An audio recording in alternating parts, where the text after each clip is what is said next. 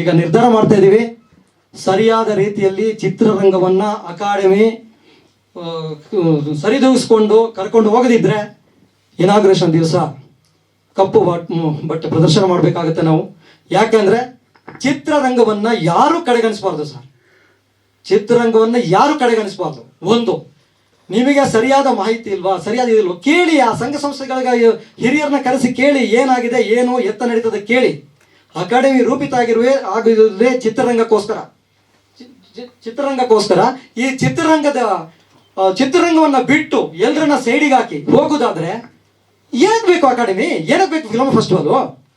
ಯಾರೋ ದುಡ್ಡು ತಿನ್ನೋಕ್ಕೋಸ್ಕರ ಅಥವಾ ಯಾರೋ ಒಂದು ಎರಡು ಟೀಮು. ನನಗೆ ಅಕಾಡೆಮಿಯಲ್ಲಿ ಒಬ್ಬರು ವಿದ್ಯಾಶಂಕರ್ ಅನ್ನೋ ಒಂದು ವ್ಯಕ್ತಿ, ದೊಡ್ಡ ಮನುಷ್ಯ, ಹಿರಿಯರು, ಅವರಿಲ್ಲದೆ ಇಡೀ ಚಿತ್ರರಂಗ ಇಲ್ಲ ಅಂತ ಅವ್ರಿಗೆ ಗೊತ್ತಿದೆ, ನಂಗೆ ಗೊತ್ತಿಲ್ಲಪ್ಪ, ಅವ್ರಿಗೆ ಗೊತ್ತಿದೆ. ಆ ವ್ಯಕ್ತಿ ಅಲ್ಲಿ ಒಳಗೋಗಿ ಏನಾದ್ರು ಕೇಳಿದ್ರೆ, ನೋಡಿ ಸ್ವಾಮಿ ನಮ್ಮ ಸದಸ್ಯರುಗಳಿದ್ದಾರೆ, ಇಷ್ಟು ಜನ ಇದ್ದಾರೆ, ಹೀಗಿದ್ದಾರೆ ಅಂದರೆ, ಹೌದಾ, ಅಲ್ಲಿ ಹೊರಗೆ ಒಬ್ಬ ಹುಡುಗ ಕೂತಿದ್ದಾರೆ, ಅವ್ರಿಗೆ ಹೋಗಿ ಕೇಳಿ ಅಂತಾರೆ. ಅವ್ರಿಗೆ ಯಾರಂದ್ರೆ ಅವರು ಹಿಂದೆ ಅಸಿಸ್ಟೆಂಟ್ ಡೈರೆಕ್ಟರ್ ಆಗಿದ್ರು. ಓಕೆ, ಸಂತೋಷ. ಹಾಗಾದ್ರೆ ನಮಗೆ ಏನು ವ್ಯಾಲ್ಯೂ ಇಲ್ವಾ? ನಾವು ನಿರ್ದೇಶಕ ಸಂಘದಿಂದ ಬಂದಿದ್ದೀವಿ, ನಮಗೇನು ವ್ಯಾಲ್ಯೂ ಇಲ್ವಾ?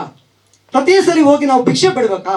ಚಿತ್ರರಂಗದಲ್ಲಿ ಇಷ್ಟು ವರ್ಷ ನಾವು ಸೇವೆ ಮಾಡಿ ನಾವು ಮತ್ತೆ ಹೋಗಿ ಅವ್ರಿಗೆ ಭಿಕ್ಷೆ ಬಿಡ್ಬೇಕಾ? ಆಮೇಲೆ ಯಾವುದೋ ಒಂದು ಲಿಸ್ಟ್ ಕೊಟ್ಟರೆ, ಮೊನ್ನೆ 3 ಜನರದ ಲಿಸ್ಟ್ ಕೊಟ್ಟಿದ್ದೆ ನಾನು. ಒಬ್ಬರನ್ನ ಅವ್ರು ಹೋದ ತಕ್ಷಣ ಹೇಳ್ತಾರೆ, ಅವರೇ ಬಂದು ಕೊಟ್ಟಿದ್ದಾರೆ ರೀ, ಅವ್ರದ್ದು ಹಾಕೊಟ್ಟಿದ್ದೀವಿ. ಇನ್ನಿಬ್ಬರದು ಹಾಗೆಲ್ಲ ಕೊಡೋಕ್ಕಾಗಲ್ಲ ರೀ. ಆಯಿತು ಸರ್, ನೀಟಾಗಿ ಬೈಲದಲ್ಲಿ ರೆಫರೆನ್ಸ್ ಇದೆ, ನಿಮಗೂ ಬೇಕಾದ್ರೂ ಕಾಪಿ ತಂದಿದ್ದೀನಿ, ನಾವು ತಂದಿದ್ದೀವಿ, ನೀವು ನೋಡಿ. ಬೈಲದಲ್ಲಿ ಏನಿದೆ, ಏನು ಟರ್ಮ್ಸ್ ಕಂಡೀಷನ್ ಇದೆ. ಚಿತ್ರರಂಗವನ್ನ ಅಭಿವೃದ್ಧಿ ಮಾಡೋಕ್ಕೋಸ್ಕರನೇ ಅಕಾಡೆಮಿ, ಬರೀ ಫಿಲ್ಮ್ ಫೆಸ್ಟಿವಲ್ ಮಾಡೋಕ್ಕೆ ಅಲ್ವೇ ಅಲ್ಲ. ಇದು ಯಾರಿಗೆ ಅರ್ಥ ಆಗಲ್ಲ. ಆಮೇಲೆ ಒಂದು ವಿಷಯ ಡೈವರ್ಟ್ ಮಾಡ್ತೇನೆ ಅಂತ ತಿಳ್ಕೊಬೇಡಿ. ಎಲ್ರಿಗೂ ಚಿತ್ರರಂಗ ಅಂತಾರೆ ಯಾಕೆ ಅಸಡ್ಡೆ? ಸೆಂಟ್ರಲ್ ಗೌರ್ಮೆಂಟ್ ಅಲ್ಲಿ ಬಜೆಟ್ ಅನೌನ್ಸ್ ಆಗುತ್ತೆ, ಸಿನಿಮಾದ ಬಗ್ಗೆ ಮಾಹಿತಿನೇ ಇರಲ್ಲ, ಸಿನಿಮಾಕ್ಕೆ ಏನು ಕೊಡುಗೆನೂ ಇರಲ್ಲ. 18% GST ಬೇಕು. ಸಿಗರೇಟ್ ಸೇದುವ ಡಿಸ್ಕ್ಲೈಮರ್ ಬಂದು ಸಿನಿಮಾಕ್ಕೆ ಹಾಕಬೇಕು, ಸಿನಿಮಾದ ಟ್ಯಾಕ್ಸ್ ಕಟ್ಟಬೇಕು, ಸಿಗರೇಟ್ ಟ್ಯಾಕ್ಸ್ ಗೌರ್ಮೆಂಟ್ಗೆ ಹೋಗ್ಬೇಕು. ಇದು ಯಾವ ನ್ಯಾಯ ಅಂತ ಗೊತ್ತಾಗ್ತಿಲ್ಲ ಸರ್.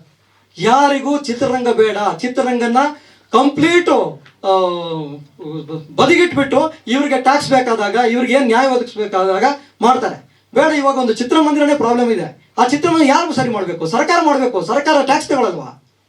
ಅವ ನಿರ್ದೇಶಕನಿಗೆ ಅಥವಾ ಒಬ್ಬ ನಿರ್ಮಾಪನಿಗೆ ಅನ್ಯಾಯ ಆಗುತ್ತೆ. ಯಾಕೆ ಸರ್ಕಾರ ಬರಲ್ಲ? ಯಾವುದೇ ವಿಷಯ ಕೇಳಿದ್ರು ಅಲ್ಲಿ ಹೋದ ತಕ್ಷಣ ಲೆಟರ್ ಕೊಟ್ಟ ತಕ್ಷಣ ಹೂ ಅಂತಾರೆ, ಆಮೇಲೆ ಯಾವುದು ನಡೆಯಲ್ಲ. ಅದಕ್ಕೆ ಇದು ನಮ್ಮ ಮೊದಲನೇ ಹೆಜ್ಜೆ ಅಕಾಡೆಮಿಯಿಂದ ಪ್ರಾರಂಭ ಆಗುತ್ತೆ. ಇನ್ನು ಮುಂದೆ ನಮ್ಮ ಕರ್ನಾಟಕ ಚಲನಚಿತ್ರ ನಿರ್ದೇಶಕರ ಸಂಘದ ವತಿಯಿಂದ ಪ್ರಾರಂಭದ ಹೆಜ್ಜೆ ಅಕಾಡೆಮಿಯಲ್ಲಿ ಮಾಡುತ್ತಿರುವ ತಪ್ಪನ್ನು ತಿದ್ದಿ ಎಲ್ರಿಗೂ ನ್ಯಾಯ ಸಿಗುವಂತೆ ನಮ್ಮ ಹೋರಾಟ ಮಾಡೋಕ್ಕೆ ಇಳಿದಿದ್ದೀವಿ. ಜೊತೆಗೆ ಒಂದರ ಹಿಂದೆ ಒಂದಕ್ಕೆ ನಾವು ಕೈ ಹಾಕ್ತೀವಿ. ನಮ್ಮ ಕರ್ನಾಟಕ ಚಲನಚಿತ್ರ ರಂಗ ಏನಿದೆ, 30-32 ವಿಂಗ್ ಏನಿದೆ, ಎಲ್ರಿಗೂ ನ್ಯಾಯ ಒದಗಿಸ್ಬೇಕು. ಅದರಲ್ಲೂ ನಿರ್ದೇಶಕನಿಗೆ ಮೂಲ ಸ್ಥಾನ ಅದು ಏನಿದೆ ಹಿಂದೆ.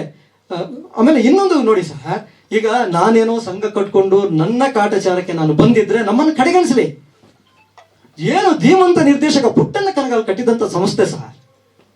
ಪುಟ್ಟಣ್ಣ ಕನಗಾಲು, ಲಕ್ಷ್ಮೀನಾರಾಯಣ ಅವರು, ಎಂತೆಂಥ ನಿರ್ದೇಶಕರು ಸೇರಿ ಅವತ್ತು 14-15 ಜನ ಸೇರಿ ನಮ್ಮ ನಿರ್ದೇಶಕರ ಸಂಘವನ್ನು ಕಟ್ತಾರೆ. ಅವರ ಕನಸು ಏನಿತ್ತು? ಏನಾದರೂ ಮಾಡಬೇಕು, ನಿರ್ದೇಶಕರಿಂದ ಸಾಧ್ಯ ಅಂತ ಹೇಳಿ ಮಾಡಿದ್ದಾರೆ. ಇವತ್ತಿಗೂ ಕೂಡ ನನಗೆ ಆಶ್ಚರ್ಯ ಅಂದರೆ, ನಮಗೆ ಬಿಡಿ ಸರ್, ನಾವು ಏನೋ 2 ವರ್ಷದಿಂದ ಸಂಘಕ್ಕೆ ಬಂದವರು ಅಂತ ಅವರು ಅನ್ಕೋಬಹುದು. ನಾವು ಅವತ್ತಿಂದ 89ರಲ್ಲಿ ಅಸಿಸ್ಟೆಂಟ್ ಮೆಂಬರ್ ಆದೆ, 92ರಲ್ಲಿ ಅಸೋಸಿಯೇಟ್ ಡೈರೆಕ್ಟರ್ ಮೆಂಬರ್ ಆಗಿದ್ದೀನಿ, 2003ರಲ್ಲಿ ಡೈರೆಕ್ಟರ್ ಮೆಂಬರ್ ಆಗಿದ್ದೀನಿ. ಅವ್ರು ಅನ್ಕೊಳ್ಳಿ ಹೊಸಬರು ಅಂತ, ನಮಗೆ ಅವಮಾನ ಮಾಡಲಿ, ಬೇಸರ ಇಲ್ಲ.